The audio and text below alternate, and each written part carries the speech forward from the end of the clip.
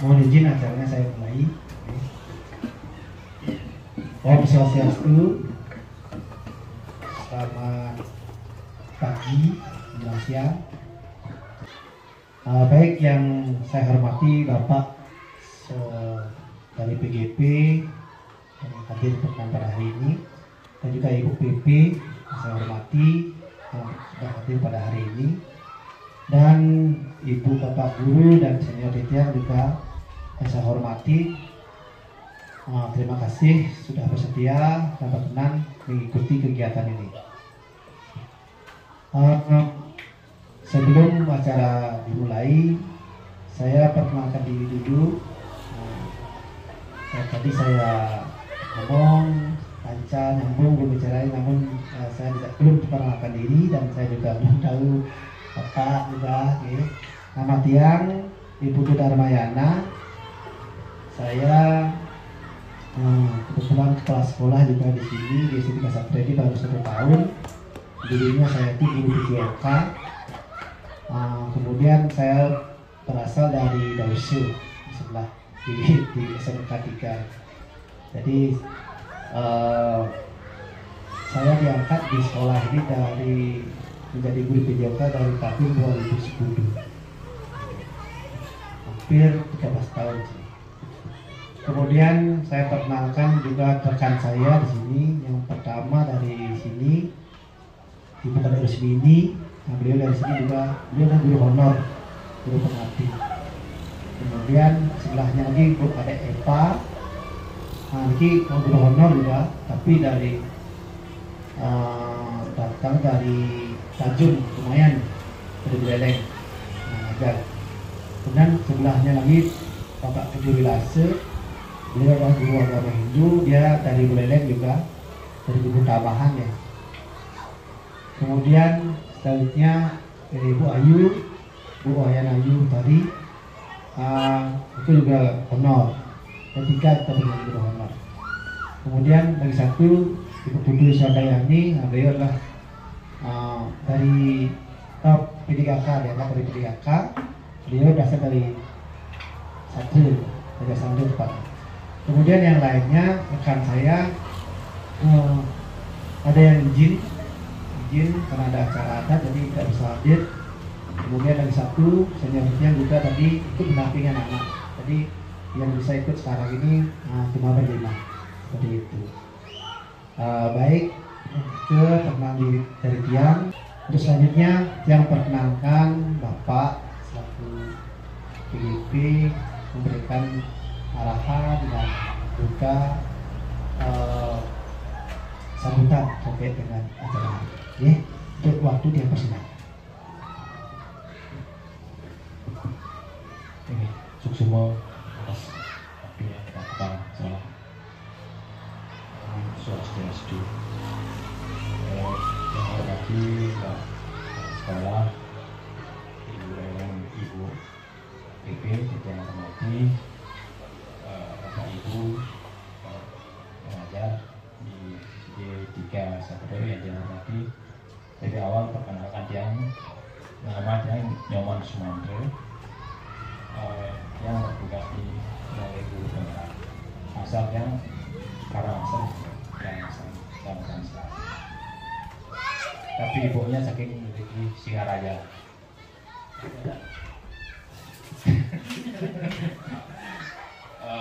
Di kota itu nah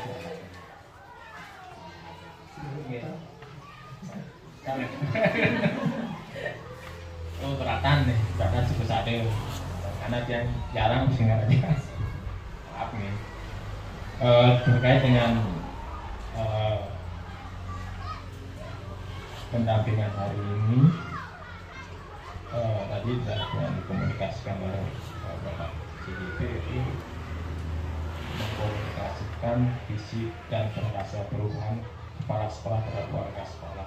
Kita tahu ya, kita sih yang dikasih tema hari ini dari teman itu mungkin sudah disampaikan tadi oleh Bapak Kepala Sekolah juga CGP.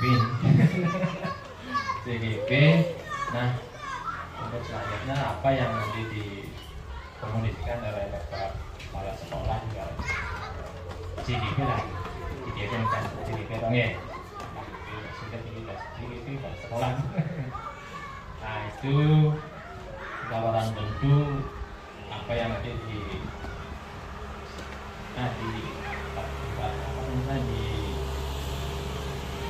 dikomunikasikan nanti dan dalam tentu Pak CGP sudah langsung memerlukan dukungan dari teman-teman ya, apa yang sudah sampaikan itu dalam itu ada Bapak dan Ibu memberikan manfaat apa yang disampaikan, apa yang dirancang beliau gitu. Karena keberhasilan apa yang dirancang oleh Bapak sekolah dan tentu ada pembagian dari Bapak Ibu yang memberikan dukungan yang dirancangnya. Karena banyak sekali tantangan yang akan beliau hadapi, pertama juga waktu, memang di mana antara waktu antara kerjaan kedinasan ada artinya belum berkeluarga lah tuh kalau fasilitasi lebih kencang lagi karena tidak ada hambatan di rumah, mungkin terus karena masih ya memang di sana lah. Saya beberapa kali ke sekolah memang di sana lebih banyak tantangannya yang mengatur waktu. Kalau sudah di perjalanan sudah di cuti ya bisa terlewat.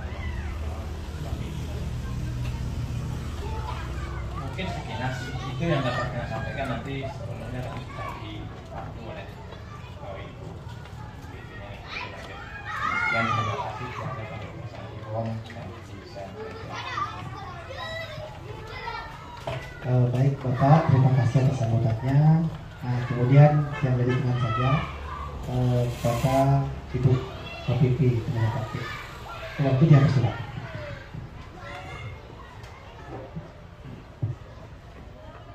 Selamat pagi, Om Swastiastu. Om Swastiastu, Rahayu Rahajeng. Sareng kami, terima kasih atas kesempatan yang sudah disediakan dan diberikan kepada kami untuk hadir di sini, gitu ya. Mendampingi, ini bukan CGP yang sebenarnya ya, CGP apa namanya? Iya, CGP level up gitu ya. Iya, kalau CGP kan calon guru penggerak ini, ini apa namanya, levelnya mungkin udah satu step lebih tinggi gitu ya, sudah kepala sekolah kan begitu ya. Sulit menyebutnya gitu ya. Oke. Jadi untuk kesempatan kali ini kegiatan yang akan dilakukan itu adalah penyusunan visi dan langkah perubahan di sekolahnya. Jadi yang dimaksud dalam hal ini mungkin rekan-rekan ada yang berpikir gitu ya, semenjak Pak Kepsek jadi ikut PGP gitu ya, kok visi sekolah mau diubah gitu ya. Sebenarnya tidak begitu ya bapak-bapak, ibu-ibu ya. Kami juga menyadari bahwa yang namanya visi sekolah itu adalah sesuatu yang tidak diciptakan sejam 2 jam, bahkan 1 hari 2 hari pun tidak. Visi sekolah itu melibatkan waktu yang lama dan juga kesepakatan bersama dari seluruh warga sekolah. Jadi mungkin dari sekolah ini berdiri, visi dan misi sekolah itu sudah ada, sudah dirumuskan oleh pendahulu kita gitu ya. Nah, namun seiring dengan perkembangan zaman gitu ya, tidak ada yang kekal selain perubahan. Apa yang diterapkan di masa lalu belum tentu relevan diterapkan di masa sekarang ini. Contoh kecil saja, di masa lalu pembelajaran itu apakah kita memerlukan handphone gitu ya? Tidak gitu ya. Di zaman ya saya gitu ya masih kecil gitu ya, jangankan handphone, telepon rumah itu saja sudah merupakan barang yang mewah. Kita belajarnya manual gitu ya. Namun di zaman sekarang ini seiring dengan perkembangan teknologi, handphone itu sudah merupakan sesuatu yang bisa dikatakan primer. Semua itu kita lakukan via HP. Apapun itu, bahkan belanja pun gitu ya. Kalau dulu belanja itu kita sampai panas-panasan, berdesak-desakan gitu ya. Sekarang tinggal belanja di atas ranjang kan begitu kan. Kalau ada uang kan begitu. Iya. Jadi apa sih gitu perubahan itu gitu ya. Jadi kita menyelaraskan visi dan prakarsa perubahan itu sesuai dengan perkembangan zaman gitu ya. Apa yang masih perlu dipertahankan, apa mungkin yang sudah tidak relevan, yang mungkin bisa kita ganti dengan sesuatu yang lebih relevan dengan perkembangan zaman sekarang ini gitu ya. Ya contohnya sekarang digadang-gadang pembelajaran berbasis IT gitu ya. Kalau dulu kan tidak gitu. Jadi melalui momen ini bukan bermaksud merubah visi sekolah gitu ya, tapi kita menyempurnakan. Menyempurnakan tidak sendiri, tidak bisa dilakukan oleh Bapak Kepsek saja. Ini membutuhkan yang namanya masukan dan persetujuan pastinya dari seluruh warga sekolah. Oleh karena itu, melalui momen ini mari kita sama-sama menyempurnakan visi dan prakarsa perubahan yang ada di sekolah. Apalagi Bapak Kepsek kita mengikuti kegiatan guru penggerak. Dan saya terus terang himbau dan memotivasi gitu ya, bapak-bapak, ibu-ibu sekalian gitu ya. Mumpung saya lihat di sini usianya masih masih muda gitu ya. Ya kalau tua mungkin sudah pensiun gitu ya.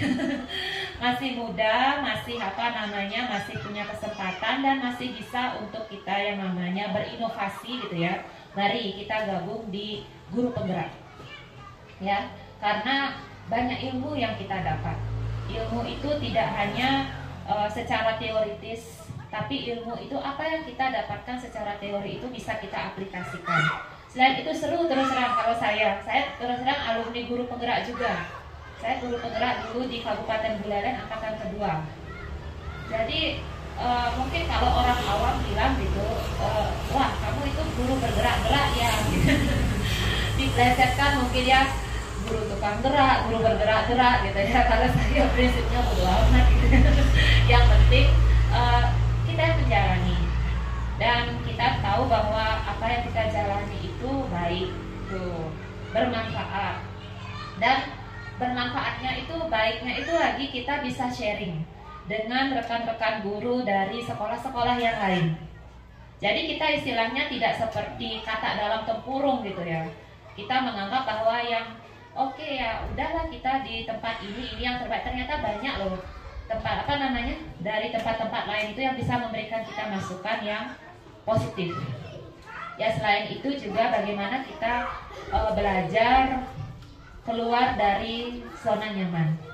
Mungkin ada yang berpikir ya udah nyaman di sini ngapain lagi gitu ya. Ngapain nyari zona yang tidak nyaman gitu ya. Kita udah nyaman ngapain nyari yang tidak nyaman gitu ya.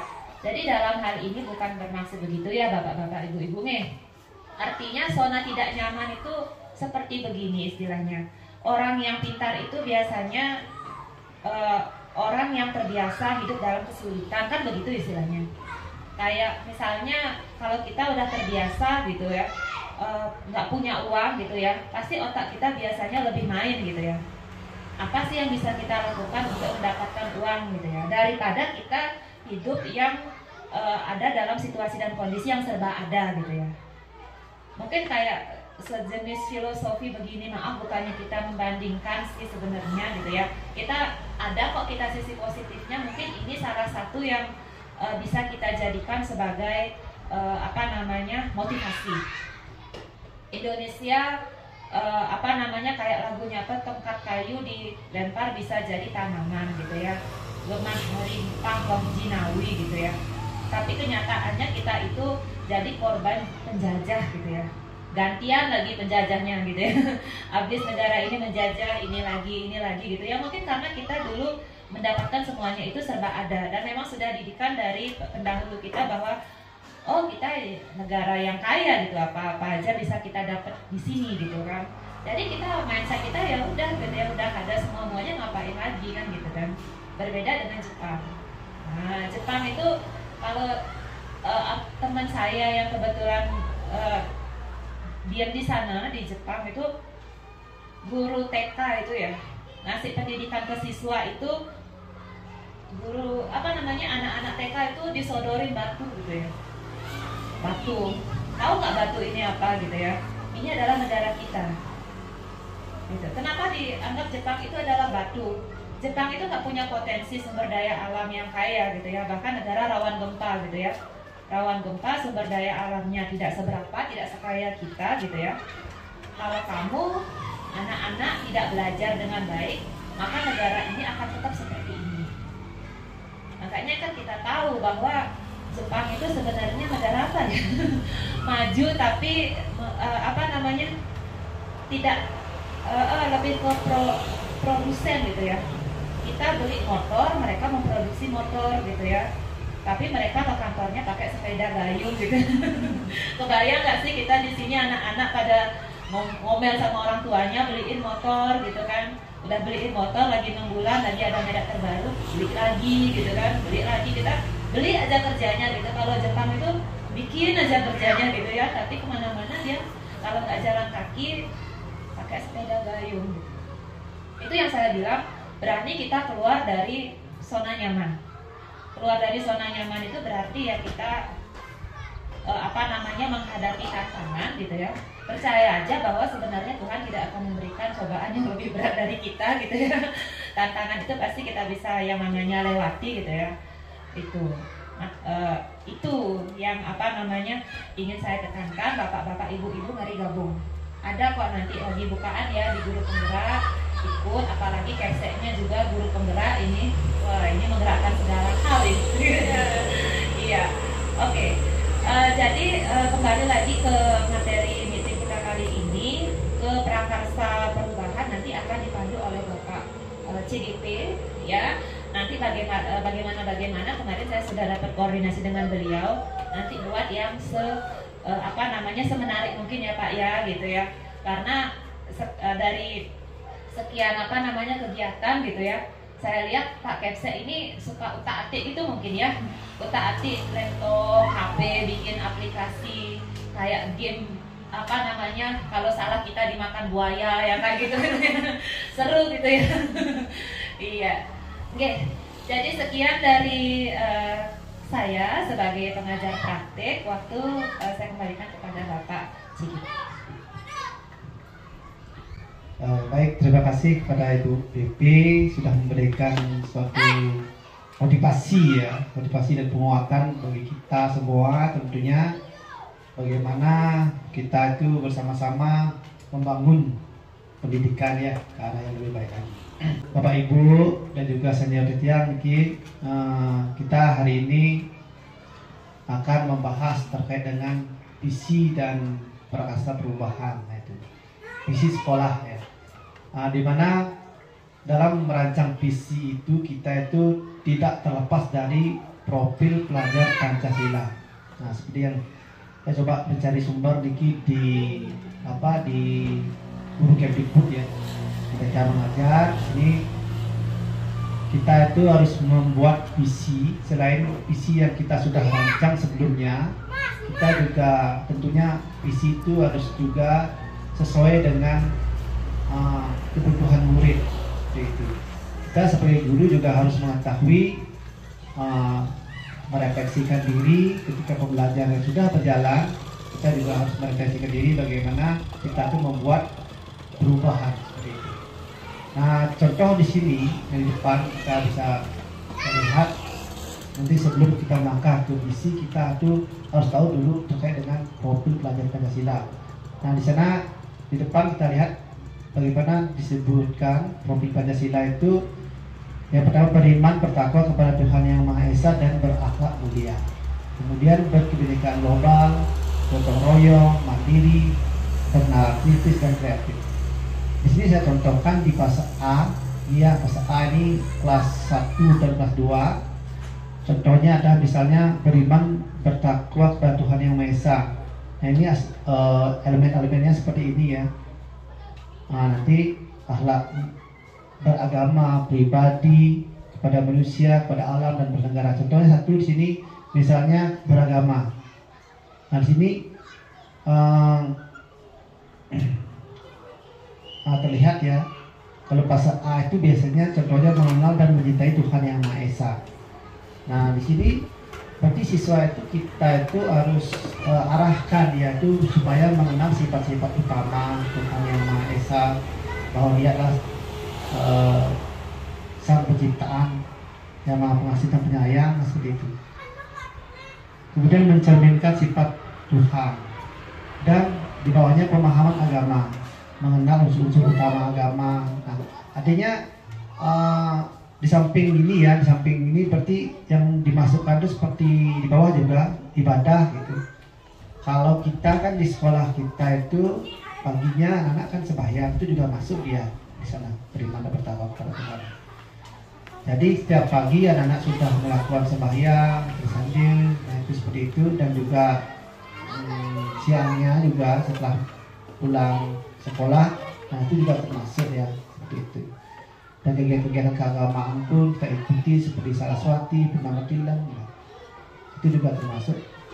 Kemudian selanjutnya, contohnya ya, saya gambarkan secara umum dulu biar ada bayangan. Kemudian kebinekaan global, nah seperti mengenal budaya seperti itu. Nah di sini dapat kita lihat seperti mendalami budaya dan identitas budaya, kemudian mengeksplorasi perbandingan pengetahuan budaya, kepercayaan dan praktiknya, menumbuhkan asal menghormati terhadap keanekaragaman budaya. Nah ini seperti kita misalnya di sini kan budaya itu menyesuaikan dengan kearifan lokal ya. Seperti kita di sini, bagaimana siswa itu kita arahkan seperti kemarin kan seninya ya, seni tari misalnya seperti itu. Kemudian apa lagi, kegiatan-kegiatan yang lain itu apa sih yang Pak selain seni tadi? Mencepat seperti kan, yang artinya terkenal lah di masyarakat umum itu. Kemudian saya lanjutkan lagi gotong royong ini yang paling penting bagi saya, paling penting gotong royong. Bagaimana anak-anak itu bisa menjalin kolaborasi ya, kepedulian, kemudian berbagi.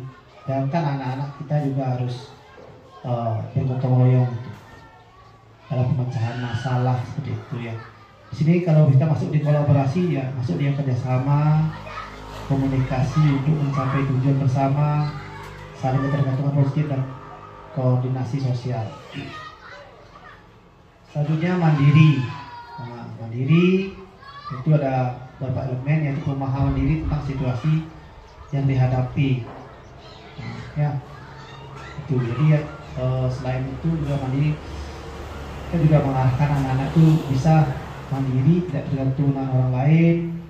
Tergantung dengan orang lain artinya dia itu bisa mengeksplor dirinya gitu ya, biar anak itu lebih percaya diri.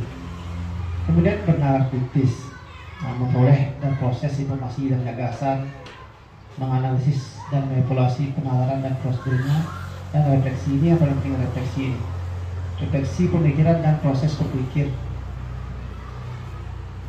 Nah, dimana refleksi dan evaluasi pemikiran sendiri itu adalah menyampaikan apa yang sedang dipikirkan secara terperinci.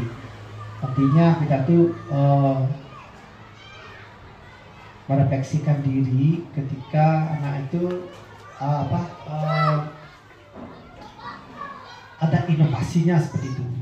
Ketika sudah berjalan berarti ada kekurangan-kekurangan, itu kita refleksikan sehingga kita tuh harus berpikir kritis bagaimana sih jalan keluarnya untuk menyelesaikan masalah itu. Kemudian kreatif tentunya ya, kreatif menghasilkan gagasan, menghasilkan karya, seperti pembelajaran yang tadi disinggung, pembelajaran yang konvensional, bagaimana kita tuh anak itu terlihat senang di kelas dan juga gembira di kelas, tidak tegang di kelas, jangan sampai anak itu sampai trauma seperti itu ya. Tentunya kita di sini tidak ada yang seperti itu ya. Kalau ada seperti itu, tentunya secara psikologis anak itu gangguannya luar biasa. Berbicara pun dia nggak mau, gitu. Ngobrol nggak mau, pasti anak itu lebih menyendiri dibandingkan dengan teman-temannya dan menjauh dengan teman-temannya. Itu yang kita hindari sekali. Jadi kita buat suasana yang sebenarnya mungkin, semenyenangkan mungkin di dalam kelas. Baik, itu ya, terbayang saja bagaimana nanti dalam penyusunan visi itu berlandaskan pada profil pelajar Pancasila. Baik Bapak Ibu, sekarang tentunya Bapak Ibu dan juga Tiang juga mengharapkan anak yang seperti apa yang kita inginkan di depannya. Dari permasalahan pembelajaran atau yang sudah berjalan kemarin itu pasti kita itu mengalami suatu kejadian terkait dengan pembelajaran, baik itu dari sikapnya dan juga yang lainnya. Jadi yang pertama, Bapak Ibu coba merenung sebentar ya, apa sih kira-kira harapan Bapak Ibu ke depannya pada anak didik, terutama ya anak didik yang diharapkan itu seperti apa sih gitu ya. Jadi bayangkan sebentar, renungkan, kemudian setelah itu kita akan coba merefleksikan diri untuk menuangkannya dalam atau menyampaikan seperti itu ya, menyampaikan dari harapan-harapan atau cita-cita depannya anak-anak itu seperti apa sebelum kita lanjut ke perubahan ya. Nah baik, sudah siap Bapak Ibu? Sudah siap? Oke, siap ya. Baik ya Bapak Ibu ya. Kita sederhana saja ya. Bagaimana cara menuangkannya? Saya akan tampilkan aplikasi Jamboard ya. Jadi di sini anak Bapak Ibu bisa menjawab pertanyaan yang saya tuangkan di sini melalui aplikasi ini. Kemudian buat klik di sini yang sebelah ini ya, sticky note-nya ini diklik, kemudian jawab pertanyaan-pertanyaan yang ada di sini. Baik, sekarang saya bantu. Linknya sudah diterima semua? Sudah ya? Oke, kalau linknya sudah, silakan Bapak Ibu explore diri dulu ya, renungkan ini biar kita nanti akan simpulkan bersama-sama mana sih yang sesuai dan nanti yang kita sepakati untuk membuat visi kita. Oke, silakan Bapak Ibu, saya berikan waktu untuk mengerjakan.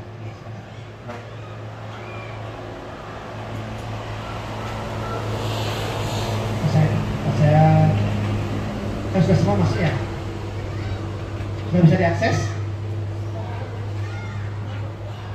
Oke, baik.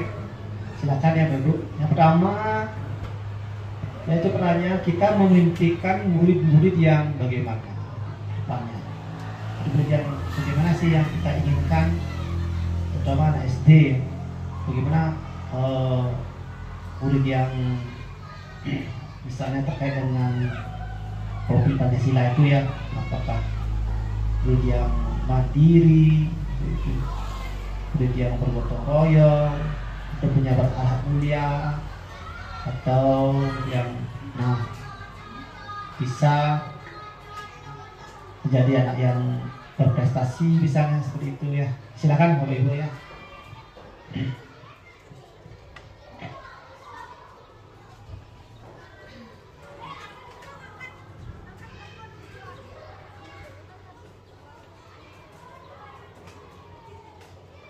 Nanti kalau ada belum jelas kita bisa diskusi.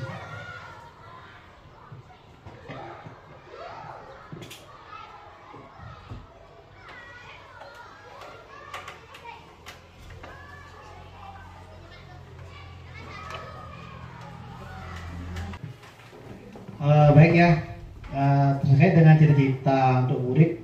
Jadi kita simpulkan bahwa kita itu menginginkan atau ingin mewujudkan ya insan yang beriman dan bertakwa, berkarakter, berprestasi, bergotong royong, mandiri, adaptif, dan berkebijakan global.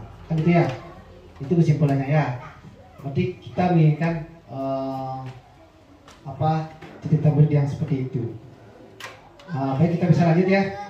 Dari apa yang Bapak Ibu sudah buat tadi, kita sudah membuat simpulkan. Kita coba bandingkan dengan visi kita sebelumnya. Nah, visi kita sebelumnya sedikit saja dulu ya. Nah, kita coba lihat ke depan, kita step dulu ya ke ini ya. Ini visi kita sebelumnya sudah kita rancang dulu. Saya ambil kelihatan ya? Kelihatan? Oh, bisa bangkit. Adakah perbedaan yang tadi itu yang kita buat tadi dengan ini? Gitu. Kalau ada, berarti kan ada perbedaan kan? Yang mananya berbeda? Itu penambahan. Ya. Sebetulnya peserta dia ada insan yang berprestasi, berkarakter, mandiri, gotong royong, dan berkebijakan global. Jadi ini visi yang sebelumnya kita rancang. Berarti kita itu sudah mendekati ya. Nah, artinya visinya kita itu sesuai dengan. Cuma penambahannya ada di adaptif. Nah, seperti itu ya. Adaptif berarti kita tuh mengharapkan nanti bisa menyesuaikan dengan kondisi lingkungan yang ada kan itu ya. Sesuai dengan perkembangan zaman itu. Apalagi sekarang zamannya teknologi, berarti anak-anak itu harus bisa. Artinya guru juga mengharapkan bahwa anak itu harus memberikan pendidikan teknologi gitu ya. Baik, terkait dengan ini yang kita menggali atau prakarsa perubahannya sekarang ya. Jadi kan kita sudah merangkum ini visi dan misinya, gitu kan. Sekarang prakarsa perubahannya itu maksudnya adalah tekniknya, caranya dari dulunya yang paling riskan sih cuman adaptifnya saja ya. Di sini saya lihat penambahannya berarti secara umum sudah kita lakukan. Cuma sekarang coba Bapak Ibu menjawab ya pertanyaan-pertanyaan prakarsa perubahan atau untuk mewujudkan visi itu gitu. Untuk mewujudkan visi itu langkah-langkahnya seperti apa? Atau inisiatifnya seperti apa sih Bapak Ibu itu untuk melaksanakan perubahan itu yang kita inginkan bersama. Nanti terakhir kita simpulkan bersama. Nah, itu aja. Baik, untuk itu saya buat kirim linknya sekarang ya. Inisiatif perubahan ini yang dapat dilakukan itu termasuk misi ya. Misi Pak ya. Saya masuk misi ya. Misinya tadinya untuk mencapai visinya itu berarti kita buat inisiatif perubahannya, itu juga bagian-bagian dari misi kayak. Jadi inisiatif perubahannya yang dapat dilakukan bersama untuk mencapai visi sekolah apa sih? Inisiatifnya. Tadi kan Bapak Ibu sudah membuat suatu cita-cita ya, cita-cita atau harapan-harapan pada muridnya. Sekarang untuk mewujudkan itu inisiatifnya seperti apa? Gitu, perubahannya, apa langkah-langkah yang akan dilakukan? Buat simpel aja ya, sedikit aja. Secara umum aja kita buat. Jadi kita nyambung jadinya setelah kita membuat visi, harapan-harapan, kemudian untuk mewujudkan itu langkah-langkah apa saja sih yang akan kita perbuat seperti itu.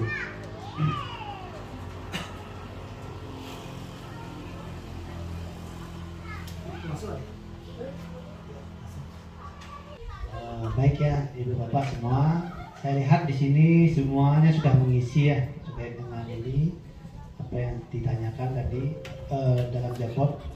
Yang pertama, apa inisiatif perubahan yang dapat dilakukan bersama untuk mencapai visi sekolah? Di sini ada yang menjawab turut serta mendukung mensukseskan tujuan visi sekolah yang baru. Kemudian mendukung dan mewujudkan peserta didik yang berintek, berprestasi, mandiri, gotong royong, dan berkepentingan global. Kemudian inisiatif perubahan yang dapat dilakukan untuk mencapai visi adalah berkolaborasi, saling berbagi ilmu yang dimiliki, dan saling menghargai.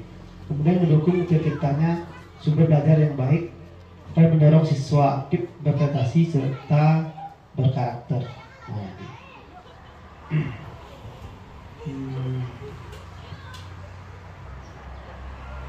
Ya, mendekati dah jawabannya. Terus kemudian apa kolaborasinya? Apa kolaborasi yang dapat dilakukan guru, orang tua, kepala sekolah untuk mewujudkan visi sekolah? Dia menjawab mengadakan rapat, ya tentunya yang rapat sekolah GPK termasuk orang tua dalam mensosialisasikan visi. Oke. Terus adanya kerjasama orang tua ya sama. Terus membina hubungan baik dengan guru, orang tua, dan kepala sekolah. Oke, membinanya siap gimana maksudnya? Seperti ada apa istilahnya?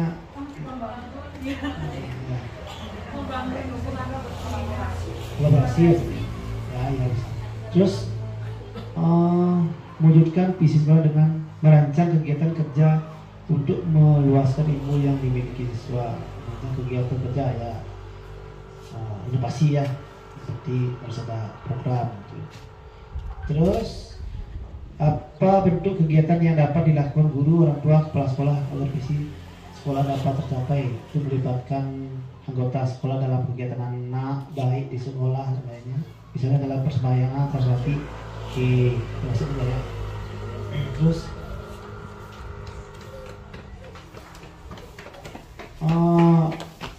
siapa Pak nih? Terus menabung di bank sampah dan berkolaborasi dengan pihak desa. Ini termasuk dengan apa nih?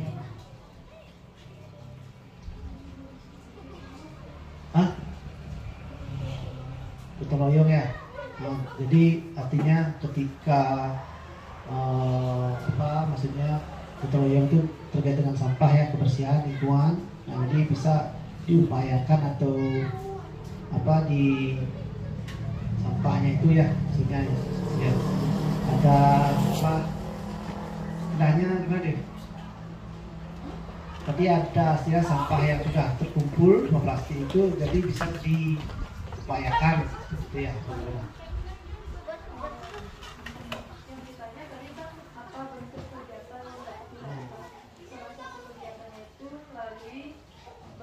Kolaborasi antara visi, salah satu visinya kan dengan berkolaborasi dengan masyarakat yang dimasukkan. Nah, melalui itu kita dapat berkolaborasi baik di pihak masyarakat yang termasuk desa itu dengan cara saat kita bergotong royong kan tidak hanya di lingkungan sekolah saja, keluar lingkungan sekolah.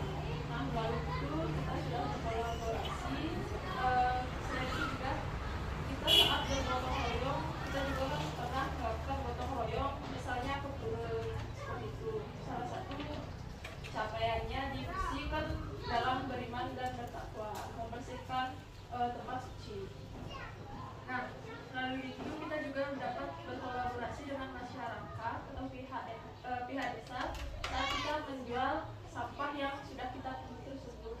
Nanti hasilnya itu kita bisa dapat uang itu untuk kegiatan sekolah. Gitu ya, baik. Bagus ya, ini caranya ke depan. Jadi itu salah satu kegiatan yang kegiatan program gotong royong ya, dan berinteraksi. Kemudian selanjutnya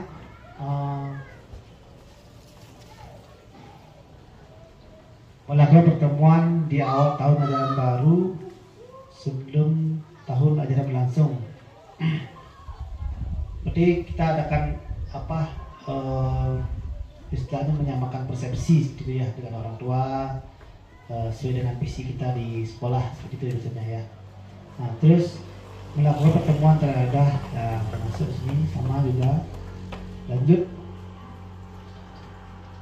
apa saja langkah konkret yang akan dilakukan untuk merealisasikan rencana prakarsa perubahan ini? Bagaimana rencana waktunya? Nah, di sini ada yang jawab langkah konkret yang akan dilakukan untuk merealisasikan rencana prakarsa perubahan ini adalah mulai pengembangan potensi yang dimiliki, terus mendukung secara penuh perubahan yang direncanakan untuk menjadi yang lebih baik, mendukung penuh perubahan sekolah untuk mewujudkan sekolah yang maju, mendukung penuh perubahan yang dilakukan demi suksesnya dan kemajuan sekolah. Nah, di sini saya minta pendapatnya ya satu persatu terkait dengan jawaban ini. Pertama ini dulu ya yang di depan ini biar jelas ini dulu. Langkah konkret yang dilakukan untuk merealisasikan rencana prakarsa perubahan, mulai mengembangkan potensi yang dimiliki. Nah, ini maksudnya apa nih? Terkait dengan ini. Siapa yang buat nih? Ayo, silakan dulu. Terima kasih atas kesempatannya. Jadi di sini saya akan menjawab langkah konkret yang akan dilakukan untuk merealisasikan rencana prakarsa perubahan ini. Nah, tadi kan sudah dirancang apa saja visi perubahannya. Nah, salah satu dalam visi ini adalah kita harus adaptif, menyesuaikan dengan perkembangan zaman. Nah, kita juga sebagai pendidik, kita juga perlu belajar perkembangan zaman tersebut, seperti perkembangan zaman dalam mengakses teknologi. Nah, maka dari itu kita harus mengembangkan potensi kita agar bisa mengimbaskannya kepada peserta didik kita. Baik, bisa ditangkap ya apa yang dimaksud. Kemudian ini mendukung secara penuh perubahan yang direncanakan untuk menjadi yang lebih baik. Coba jelaskan sedikit aja nih. Seperti jawaban yang tadi saya buat di note, apa saja langkah konkret yang bisa kita lakukan untuk merealisasikan rancangan prakarsa perubahan ini. Di sini kan kita merealisasikan rancangan prakarsa perubahan untuk visi. Nah, seperti tadi di visi kan sudah disampaikan, yaitu terwujudnya insan yang beriman, bertakwa